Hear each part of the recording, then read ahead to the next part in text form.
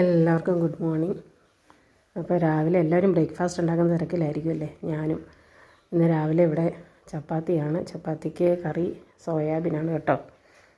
അപ്പം സോയാബീൻ നല്ല ഡ്രൈ ആയിട്ടാണ് ഞാൻ ഉണ്ടാക്കുന്നത്. ഇവിടെ അങ്ങനെ ഉണ്ടാക്കാറുള്ളൂ, വെള്ളം ചേർത്ത് ഉണ്ടാക്കാറില്ല. നന്നായിട്ട് വേവിച്ച് ഉപ്പിട്ട് വേവിച്ച് എടുത്ത് പിന്നെ നന്നായിട്ട് അത് ഞെക്കി പിഴിഞ്ഞ് അതിൻ്റെ ആ വെള്ളമൊക്കെ കളഞ്ഞ് ചെറുതായിട്ട് 2-3 പീസൊക്കെ ആക്കിയിട്ടാണ് ഇടുന്നത്. അതൊന്നുകൂടെ ഇടത്തില്ല, ചെറുതായിട്ടൊക്കെ ഒന്ന് നമ്മൾ കൈ കൊണ്ട് തന്നെ ഇങ്ങനെ മുറിച്ചൊക്കെയാണ് ഇടുന്നത് കേട്ടോ.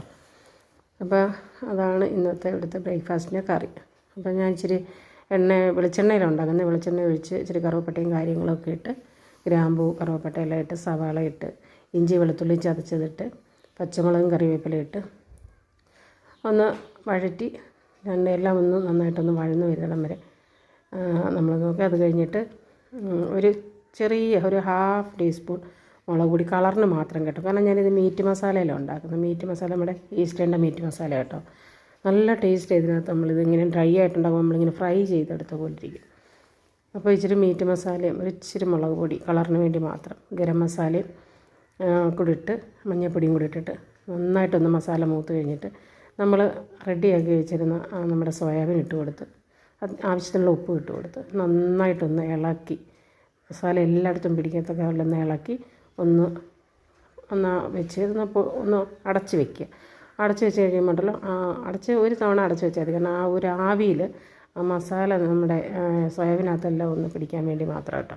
ഇനിയിപ്പോൾ അടയ്ക്കേണ്ട കാര്യമില്ല. ഇനി അത് നന്നായിട്ട് തുറന്ന് വെച്ച് നമ്മൾ നന്നായിട്ട് ഡ്രൈ ആക്കി എടുക്കുക.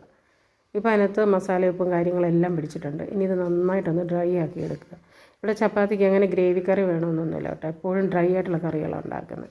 ഗ്രേവി ആയിട്ട് ഉണ്ടാക്കണ പരിപ്പുണ്ടാക്കുകയാണെങ്കിൽ ഗ്രേവി, അല്ലെങ്കിൽ ചിക്കൻ കറി അങ്ങനെ എന്തെങ്കിലും. അല്ലാതെ വെജിറ്റബിൾ എന്താണ് ഉണ്ടാക്കിയാലും ഡ്രൈ ആയിട്ട് ഉണ്ടാക്കത്തുള്ളൂ.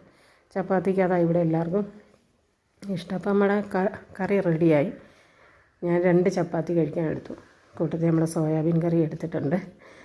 അപ്പോൾ ഇത് മതി. പുളിയൊന്നും അങ്ങനെ ഞാൻ തക്കാളി ഒന്നും ചേർത്തിട്ടില്ല. അത് കാരണം നമ്മൾ ഫുള്ള് ഡ്രൈ ആയിട്ട് ഉണ്ടാക്കും.